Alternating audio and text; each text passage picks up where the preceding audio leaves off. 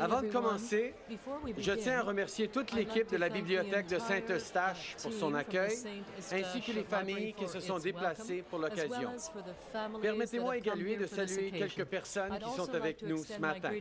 J'ai évidemment amené ma fille, Ella Grace, parce que l'été, j'aime ça être accompagnée de mes enfants, passer un peu de temps avec eux.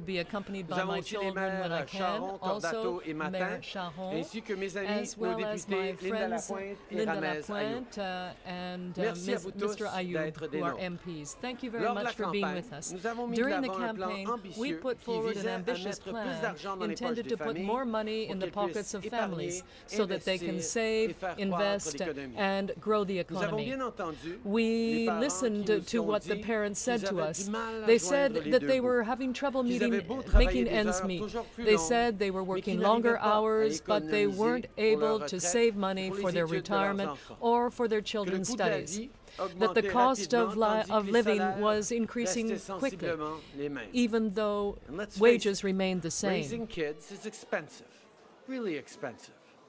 So we set out to do more for those who work hard every day to make this country an even better place to call home. After all, a strong economy starts with a strong middle class.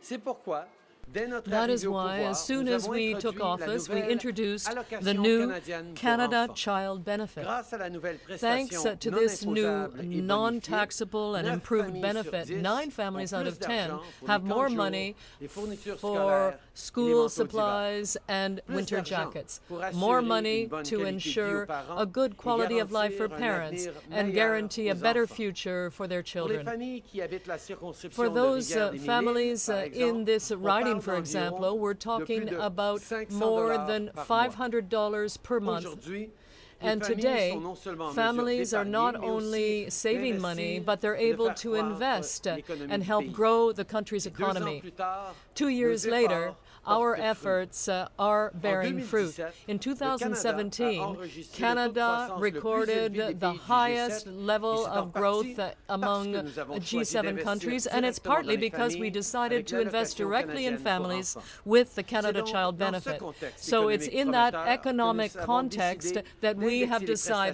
prestations au taux d'inflation to plus index tôt que those prévu. benefits Depuis to le the mois de cost of juillet, living earlier les than montants des provided, chèques earlier than sont planned. maintenant In ajustés July, au coût de la vie. starting in July, Pour les those familles, ça veut dire checks que are si le now coût de l'épicerie adjusted augmente, to the cost of le living. chèque de That prestation means that when augmentera groceries aussi. cost more, their Je vous donne un benefits exemple will also go concret. up. I'll give you a Au cours concrete de l'année de example. prestation à venir, In the upcoming 2019-2020, une mère year, monoparentale a qui a single 2 enfants et parent qui mother gagne with 2 35 000 children par who année has a wage of recevra $35,000 a year will receive de plus à chaque $560 more pour every month subvenir aux besoins de sa famille. to meet the needs C'est de of her l'argent qui family. changera This is véritablement money la vie des that will parents really change the et des lives of enfants. parents and their children. Depuis le début de notre mandat, Since the beginning of notre our mandate, gouvernement fait our passer en government premier les gens has de la classe put moyenne et ceux qui middle-class travaillent Canadians fort pour en first, faire partie. as well as those working Notre hard plan to join the middle fonctionne, class. non Our seulement plan comme is prévu, working, not mais only même- as we planned, et notre engagement. Et encore une fois, and once again, merci à vous tous thank you d'être all ici avec for nous being ce here matin. with us this morning. Je serais maintenant content de passer aux questions des médias. I'm now ready to take Bonjour, media Monsieur Trudeau, questions. Jacques Good Bissonnette morning, de Radio-Canada. Mr. D'abord, Trudeau. bravo pour votre First of petite all, histoire, avec les congratulations enfants. Je pense que ça a for été un coming with your succès. children. I think it's been Il y a a success Maxime having them Bernier here. qui vous accuse de Maxime tomber dans le Bernier is multiculturalisme extrême. accusing you of extreme multiculturalism. What do you say to people that say that diversity is harming Canada? D'abord, Well, first of all, unfortunately, once again, we're seeing the Conservative Party, as they did under Stephen Harper for many years, focusing on division rather than uniting people. We know that people from different perspectives come together to find solutions, to build resilient and strong communities. That is one of the big strengths of this country. These waves of immigration from around the world are part of our history, and they are the people that built the Canada we have today, particularly at a time where we're seeing the population aging and there is a need to bring in new workers, we have to understand that uniting people and recognizing that diversity as a source of strength is the best thing for our communities and for our country as a whole. And I and the Liberal Party will always be there to defend diversity. This is a debate that's dividing communities and members of Parliament. What do you say to that? Well, this is not really something that's dividing most Canadians. This is something on which, unfortunately, the Conservative government has continued to hammer away at, just as it did under Stephen Harper, dividing Canadians and pitting Canadians one against the other, whether it be based on geography, the East against the West, or based on language, Anglophones against Francophones, or newcomers against those who've been here for generations or millennia. Unfortunately, the Conservatives know that, yes, there are electoral benefits to dividing people, but the fact is that when you divide people, it becomes more difficult not only to govern the country, but also to find solutions so that we have a stronger and more successful society. So my government and Quebecers and Canadians in general will always believe that diversity can make us strength, is what makes us a strong country. Unfortunately, one of the things we've seen this week is the Conservative Party hasn't changed much since the time of Stephen Harper. They still look at the politics of division as a way of drawing political advantage by pitting Canadians against each other, new Canadians against people who've been here for a generation or two, against people who've been here for centuries or even millennia.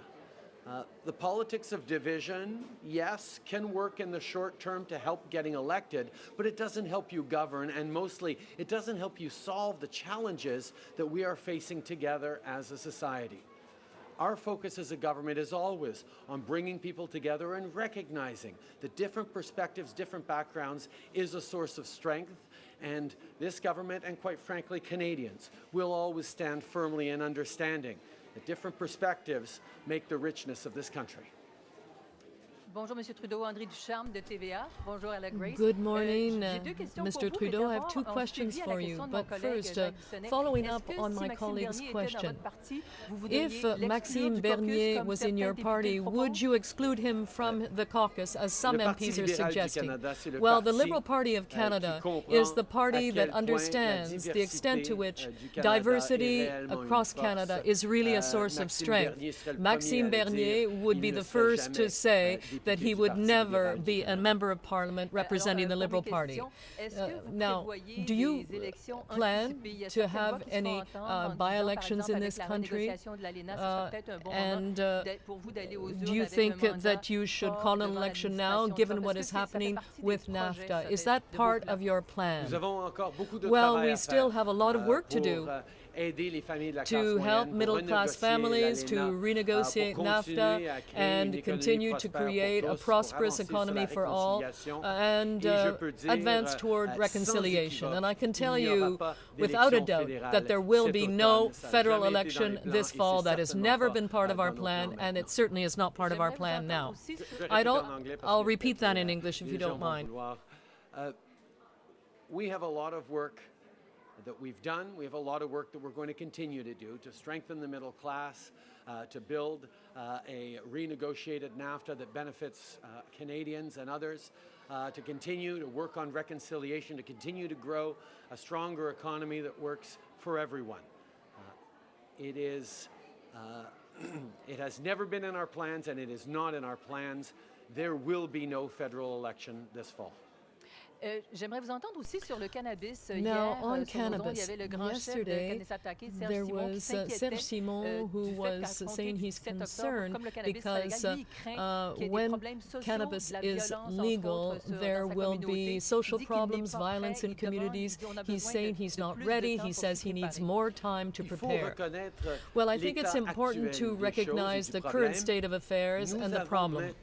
Right now, we have a system which is not working working in terms of protecting our communities, our young people from cannabis. The current system, the current prohibition of cannabis is not working. Among 29 developed countries, Canada is at the top of the list in terms of the use of cannabis by young people. That is a problem. Organized crime and street gangs are making some $6 billion in profits every single year through the illicit sale of cannabis. The current system is not working, and that is the reason why we are moving forward to try and control the sale and regulate it and legalize it. We want to make it more difficult for our young people to buy and consume it. We're going to make it more difficult for criminals to draw profits from it. That's why we're moving towards legalization, and that's why we pledged many times to work closely with the provinces and First Nations and communities to ensure that we are better protecting our society, our communities, and all Canadians. This is the work being done now, but in terms of protecting our young people, we have a duty to move forward with the legalization of cannabis on October 17th. Good morning, Mr. Trudeau. I'm Somphon from Lao TV Canada. I have two questions for you. First is related to the election. It's as a minority community, I would like to know what is your message to the small minority community like us in Laotian? My message is Canada is a country of many different backgrounds, perspectives, and stories where we come together around shared values, a shared belief that we can build a better world for ourselves, for our neighbors. And the diversity that the Laotian community, that other communities bring to our neighborhoods, to our country, is a tremendous richness to our country at a time where more and more the world is focused on creating barriers, creating separations, and playing up divisions between people. We welcome different backgrounds as they come to Canada to build a stronger future for themselves and a stronger country for us all. And my next question is not related to election, but it's related to Laos. Last couple of weeks, there was a dam collapse of work, and 7,000 people lost their place. I just would like to know, is Canada do something? Obviously, we're very concerned about the terrible tragedies in Laos with the flooding and the dam breaking. We will continue to reach out to support in any ways we can. I know our Foreign Minister and our Development Minister are engaged in conversations about how Canada can help. This is something that we try and do everywhere around the world. Canadians know that where Canada can help, where Canada can make a difference when people are suffering, we always try to do our part. Thank you, sir. Morgan Lowry, Canadian Press. I was wondering if you can confirm whether your government is planning to create a new statutory holiday to honor residential school survivors, and if so, what date you're proposing, and how would you like to see Canadians mark this day? Over the past decades, generations, and centuries, Canada failed in one of its fundamental commitments to respect and be partners to the Indigenous peoples who've lived on this land for millennia. We broke that relationship. We failed to uphold the honor of the Crown. And more than that, we did our best to try and erase Indigenous cultures with such projects as residential schools. As part of the Truth and Reconciliation Commission, there were a large number, 94 different recommendations put forward, 70 some of which directly address the federal government. My government committed, as part of reconciliation and as an example of reconciliation, that we would accept all of those calls to action. One of those calls to action was the creation of a statutory holiday to remember and reflect upon the nature of reconciliation and the work we still need to do to move forward on a journey that includes Indigenous peoples in full partnership with all Canadians. Because that's one of the recommendations, we will be moving forward to create a statutory holiday. The date of that holiday and how exactly it's named and framed and all that will be done in the spirit of reconciliation, in full collaboration and consultation with Indigenous peoples. We are going through that process right now. We're listening to what the Métis Nation, what the First Nations, and what the Inuit have to say and how they would like to see this day of reconciliation move forward. And when we've finished our consultations, we will announce what we're doing. Oui. Depuis des décennies, des générations, for decades, même for des generations, and even hundreds of nous years, avons échoué we dans une have de nos failed responsabilités en tant que pays in upholding one of our responsibilities as a government, which is to maintain the partnership and show respect for the Indigenous peoples of this country.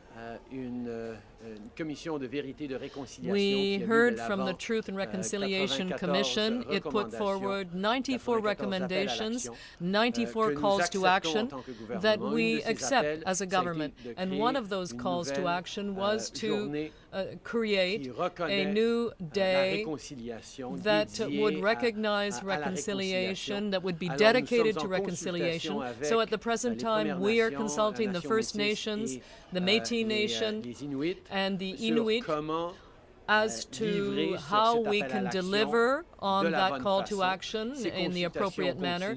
Those consultations are continuing, but I can tell you that, yes, we will be proposing a new holiday to focus on reconciliation in concert with the Indigenous peoples. Thank you very much. Bonjour. Bonjour. Alors,